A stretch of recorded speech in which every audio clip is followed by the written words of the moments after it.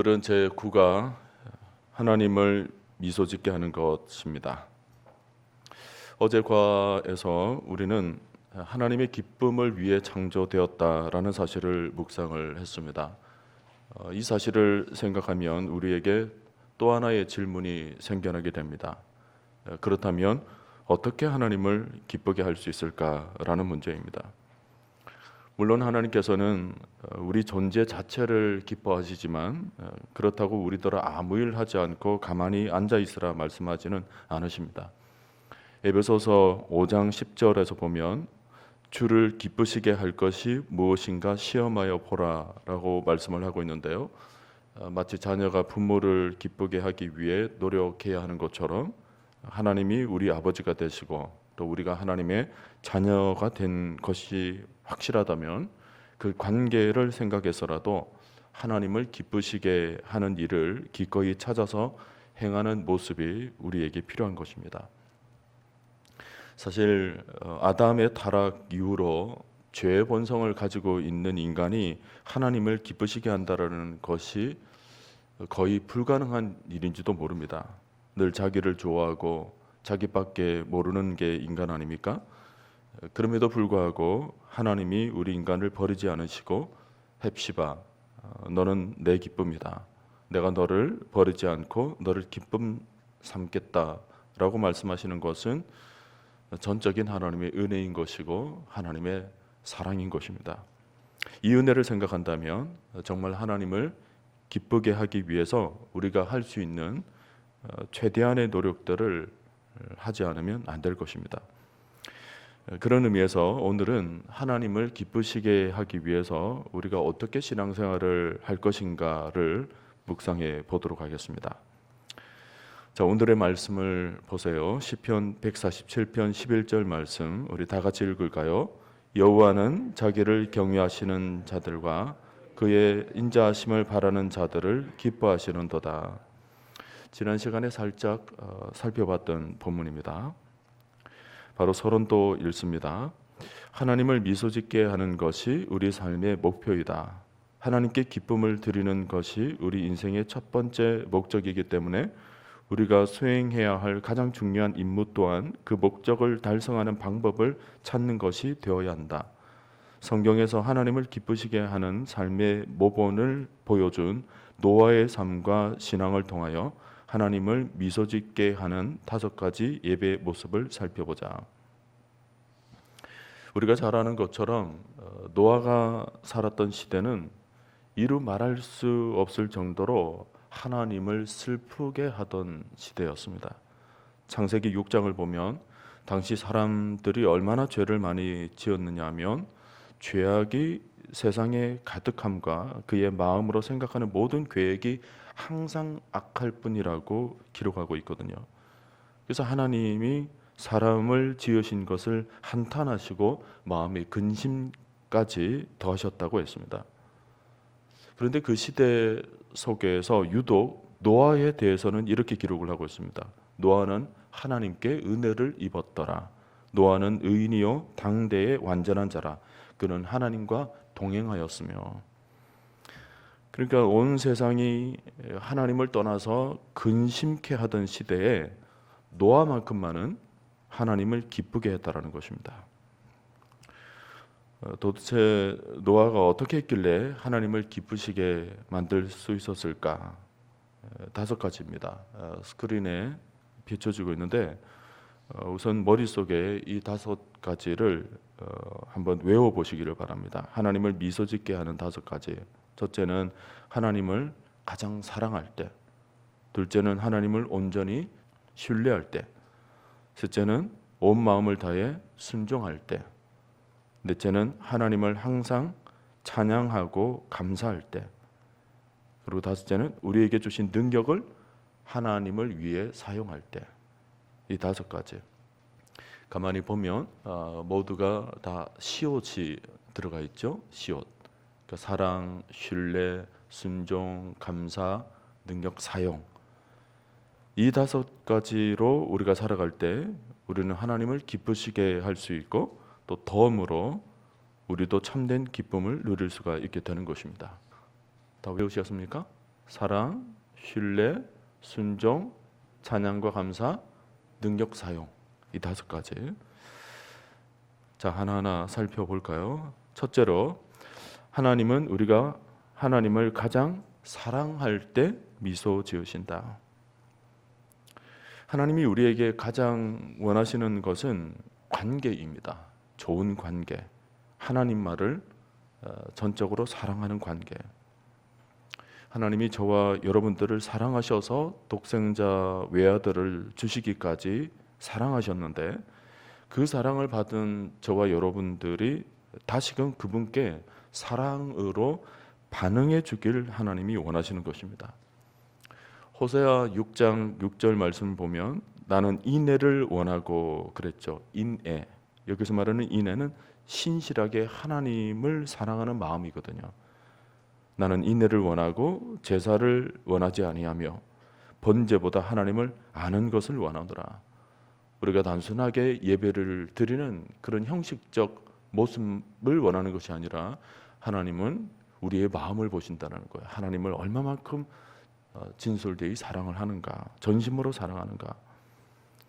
그리고 하나님을 아는 것을 원하노라 그랬는데, 하나님을 안다라는 것은 단순하게 지식적인 것을 의미하는 수준이 아니라 삶 전체에서 전인격적으로 하나님과 관계를 맺는다라는 뜻입니다. 우리가 마음을 다하고 목숨을 다하고 뜻을 다하여 하나님을 사랑하는 관계를 맺는 것을 하나님께서 원하신다라는 거예요. 노아 시대를 잠깐 생각을 해보세요. 교재를 봅니다. 노아의 시대는 전체적인 파탄과 죄악이 관영한 시대였지만 노아는 세상의 그 어떤 것보다 하나님을 사랑했다. 더 나아가서 노아는 모든 사람이 하나님을 사랑하지 않고 떠나 있을 때에도 하나님을 사랑했다. 그 다음 문장 밑줄을 그으세요. 하나님이 우리에게 진정 원하시는 것은 이처럼 시대와 환경을 초월한 사랑의 관계다. 시대와 환경을 초월한 사랑의 관계라는 말을 묵상해 보세요. 오늘 우리는 하나님만을 전적으로 사랑하기가 참 힘든 세상을 살아가고 있습니다. 과거에 비해서 세상의 것들이 너무 화려하고 아름다워져서 세상 맛을 한번 보고 나면 거기에 빨려 들어갈 수밖에 없는 현실 속에서 우리가 살고 있는 거죠. 자, 이런 현실 속에서 우리가 이런 시대와 환경을 초월하여서 세상 풍조에 요동함 없이 오직 하나님만을 사랑할 수 있는 마음이 얼마나 귀하겠습니까? 전혀 요동치 않고 환경에 흔들림 없이 전적으로 하나님만을 바라보며 그분만을 사랑하는 그런 마음. 노아는 그렇게 살았다라는 거예요. 다 한 가지로 치우쳐서 하나님을 멀리하고 세상의 즐거움과 낙을 누리고 살고 있는데, 그 가운데 노아는 세상의 그 어떤 것보다도 하나님만을 사랑했다라는 것입니다. 오늘 우리도 세상 풍조나 세상 문화에 휩쓸리지 않고 하나님을 온전히 사랑할 수 있어야 참 신자가 되는 것입니다. 마지막 그 손표시 문장 밑줄을 긋고 색칠까지 하셔서 꼭 기억을 하세요. 시대와 환경을 초월한 사랑은 하나님을 기쁘시게 한다. 자, 두 번째, 하나님은 우리가 하나님을 온전히 신뢰할 때 미소 지으신다. 하나님을 온전히 신뢰한다라는 것은 하나님을 전적으로 믿는다라는 말입니다. 하나님의 존재, 하나님의 성품, 하나님의 약속, 하나님의 신실하심, 또 하나님의 축복하심, 하나님의 모든 것을 믿는다라는 것입니다. 이 믿음이 있을 때 하나님을 기쁘시게 한다는 말인데, 히브리서 11장 6절을 보면 이것을 우리가 확인할 수 있죠. 믿음이 없이는 하나님을 기쁘시게 하지 못하나니 하나님께 나아가는 자는 반드시 그가 계신 것과 또한 그가 자기를 찾는 자들에게 상 주시는 이심을 믿어야 할지니라. 성경은 이 말씀을 하고는 그 다음 7절에서 누구 얘기를 하냐면 바로 노아 얘기를 가지고 옵니다. 믿음으로 노아는 아직 보이지 않는 일에 경고하심을 받아 경외함으로 방주를 준비하여 그 집을 구원하였으니 이로 말미암아 세상을 정죄하고 믿음을 따르는 의의 상속자가 되었느니라. 사실 노아를 보면 하나님만을 온전히 신뢰한다는 것이 정말 쉽지는 않았을 겁니다. 험한 세상에서 아무도 믿지 않는 하나님을 지금 혼자 믿고 있는 거예요. 또 단순히 마음으로 믿고 사는 정도가 아닙니다. 다른 사람들이 다 보는 앞에서 산 꼭대기에다가 배를 만들어라고 말씀을 하죠. 나중에 비가 내려서 산 꼭대기를 다 덮이게 된다는 것입니다. 이해할 수 없는 순종까지 덩달아 요구된 상황입니다. 우리는 지금까지 역사를 거쳐오면서 역사 이래로 큰 비들을 가끔 경험하기도 했지만 당시 노아는 지금까지 한 번도 큰 비를 본 적이 없었습니다. 뿐만 아니라 자기가 살고 있던 곳은 바다하고는 거리가 너무나도 멀었죠. 수백 킬로 정도 떨어져 있는 곳이었습니다. 이런 상식 수준으로 이치에 맞지 않는다면 대부분의 사람들이 믿지를 않죠. 그런 일이 일어난다 하더라도, 설령 비가 온다 하더라도 내가 사는 이곳까지 과연 미칠까? 근데 노아는 그 말씀을 하시는 분이 하나님이셨기 때문에 이런 대꾸를 하지 않았다라는 거예요. 전적으로 하나님을 신뢰한 것입니다. 다른 것 복잡하게 생각하지를 않았어요. 그냥 하나님이시니까, 하나님이 말씀하신 일이니까 그냥 그대로 믿었던 것입니다. 오늘 저와 여러분들에게도 이 믿음이 있기를 바랍니다. 교재를 봅니다. 노아가 하나님을 기쁘시게 한 이유는 그가 전적으로 하나님을 신뢰했다는 것이다. 노아는 하나님의 명령을 의심할 수도 있었지만 이해되지 않는 상황 속에서도 하나님을 신뢰했다. 노아가 이렇게 남달랐던 이유가 뭘까요? 그 다음 문장, 노아는 이 정도의 하나님에 대한 신뢰와 믿음이 있어야 하나님을 기쁘시게 하는 것을 알았다. 그러니까 노아는 하나님을 기쁘시게 하는 방법을 정확하게 알았다라는 거예요. 그리고 마지막 문장, 밑줄 긋고 또 색칠도 하세요. 믿음이 없이는, 여기서 말하는 믿음이라는 것은 전적인 신뢰를 의미합니다. 믿음이 없이는 하나님을 절대로 기쁘게 하지 못합니다.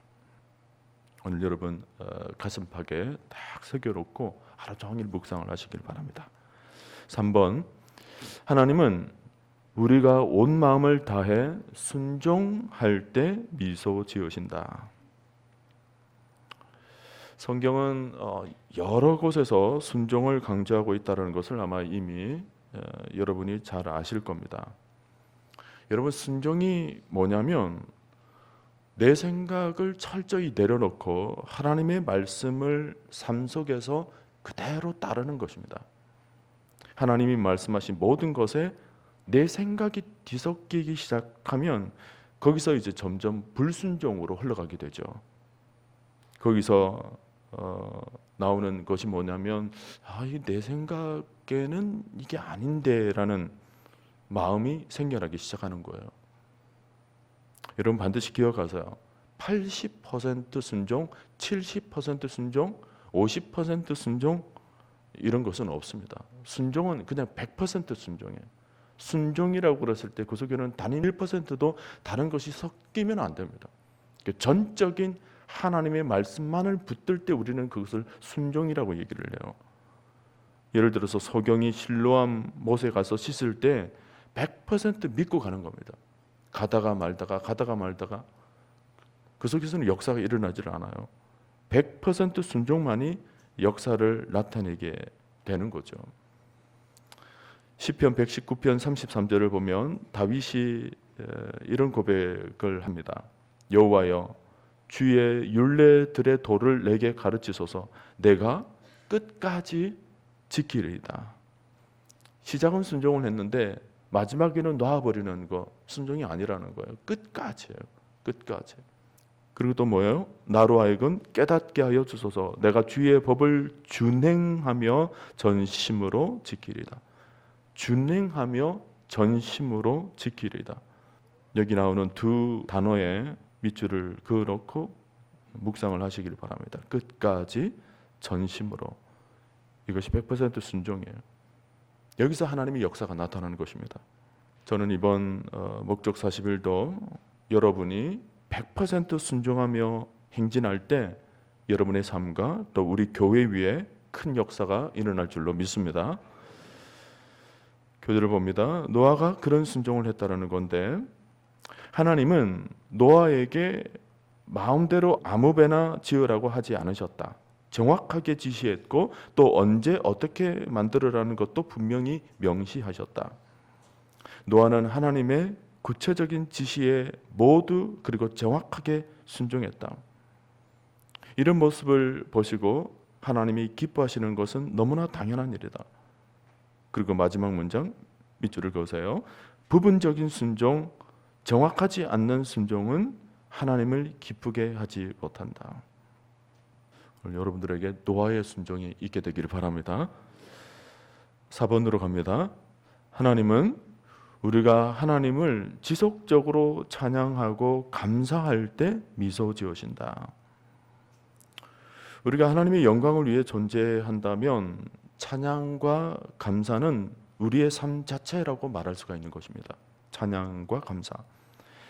히브리서 13장 15절을 보면 그러므로 우리는 예수로 말미암아 항상 찬송의 제사를 하나님께 드리자. 이는 그 이름을 증언하는 입술의 열매니라.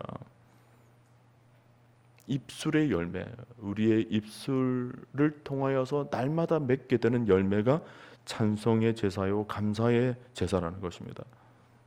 시편 100편 4절에서도 감사함으로 그의 문에 들어가며 찬송함으로 그의 궁정에 들어가서 그에게 감사하며 그의 이름을 성축할지어다. 예배를 드리며 나아가는 그 발걸음 속에 항상 감사를 앞세우는 거야. 하나님 감사합니다. 어제 우리가 모든 삶이 우리가 드릴 영적 예배라고 그랬죠. 그러니까 모든 삶의 모습으로 나아갈 때 우리 입술의 첫 마디가 뭐예요? 감사합니다요. 감사합니다. 가정에서도 그렇고 직장에서도 그렇고 모든 삶 속에서 감사가 흘러넘치는 거죠. 너희가 범사에 감사하라. 예배자로서의 삶의 모습인 것입니다. 하나님의 하나님 되심을 찬양하고 그분이 우리를 위해 하신 모든 일들에 대해서 날마다 우리가 감사하며 나아갈 때 하나님은 그런 우리를 보시면서 기뻐하신다라는 것입니다. 교재를 봅니다. 노아는 찬양과 감사의 마음으로 살았기 때문에 하나님을 기쁘시게 했다. 세상에 그 누구도 하나님을 예배하지 않았을 때 노아는 하나님께 예배를 드렸고 홍수에서 살아남은 이후 그가 가장 먼저 한 행동 또한 산제물로 하나님께 감사를 드린 것이었다. 그리고 마지막 문장, 오늘 손표시가 되어 있는 모든 문장들은 다 색칠을 해놓고 여러분 다 핵심 문장들이니까 깊이 묵상을 하시기를 바랍니다. 변함없는 찬양과 감사를 통해 하나님을 기쁘게 할 수 있다. 이런 삶을 통해서 여러분 모두가 하나님의 기쁨이 될 수 있기를 바라고요. 자, 마지막 5번. 하나님께서 우리에게 주신 그 능력을 하나님을 위해 사용할 때 미소 지으신다. 오랜 홍수가 끝나고 노아가 방주에서 나왔을 때 하나님이 이런 말씀을 주세요. 창세기 9장인데 하나님이 노아와 그 아들들에게 복을 주시며 그들에게 이르되 생육하고 번성하여 땅에 충만하라. 그런 말씀을 하세요. 이 말씀은 창세기 1장 28절에서 나왔던 말씀입니다. 처음 아담에게 하셨던 말씀을 그대로 노아에게 하신 거예요. 여러분, 아담에게도 했던 말을 노아에게도 동일하게 하신 이유가 뭔지 아세요? 우리 인간에게는 생육하고 번성하고 땅에 충만할 수 있는 그런 능력이 있다라는 것입니다. 그런 능력을 사용하라는 거예요. 여러분, 성경적인 의미로 얘기를 하면 인간의 능력은 두 가지로 분류를 할 수가 있습니다. 하나는 우리 자신에게 이미 하나님께서 부여해 주신 능력이에요. 이것은 개인의 은사를 가리키는 말인데, 하나님께서 우리 모두를 다양하게 사용하시기 위해서 각각 다른 능력과 은사들을 이미 우리에게 주신 것입니다. 그리고 또 하나는 우리와 함께하는 능력입니다. 이것은 우리 안에 있는 것이 아니라 하나님께서 우리와 함께 하실 때 나타나는 능력이에요. 이것은 성령이 역사하시는 능력이죠. 이것은 마치 커다란 창고에 가서 누구라도 필요한 대로 받아 쓸 수 있는 것과 같습니다. 믿음만 있으면 되는 거죠. 머릿속에 딱 정리를 하세요. 내 안에 지금 하나님께서 내 개인에게 그냥 부어주신 하나님의 은사, 그 능력도 있고, 또 나와 함께 하시는 하나님, 그분을 통해서 내가 믿음으로 얻게 되는 능력, 우리에게는 그런 능력이 있는 거예요. 하나님은 우리가 이 땅을 살면서 수시로 이 능력을 사용하기를 원하시죠. 역대상 16장 11절, 여호와와 그의 능력을 구할지어다. 항상 그의 얼굴을 찾을지어다.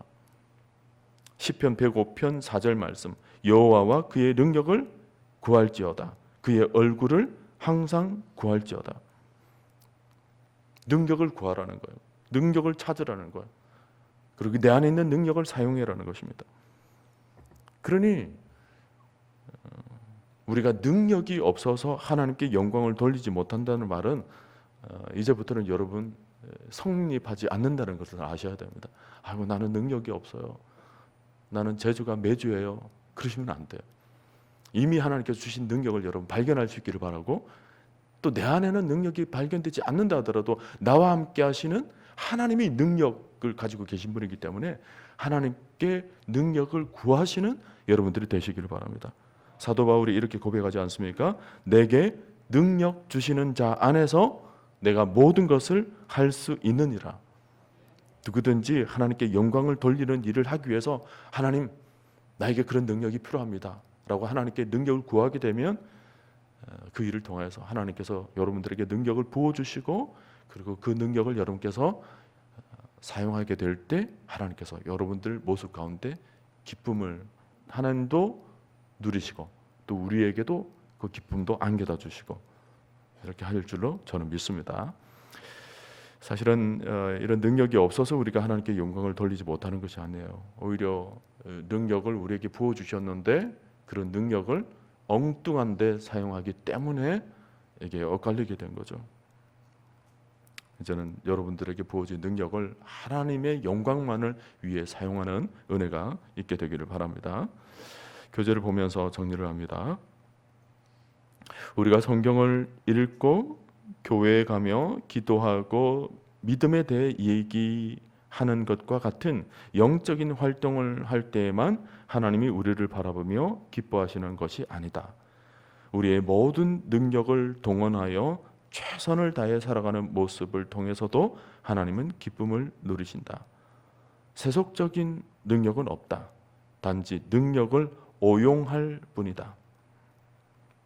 우리는 모든 활동, 모든 능력을 하나님을 기쁘시게 하기 위해 사용할 수 있다. 아멘이죠? 2번으로 갑니다. 자, 그렇다면 우리가 이렇게 하나님을 미소짓게 하는 삶을 살게 될 때 우리가 얻게 되는 영적인 유익이 무엇일까요?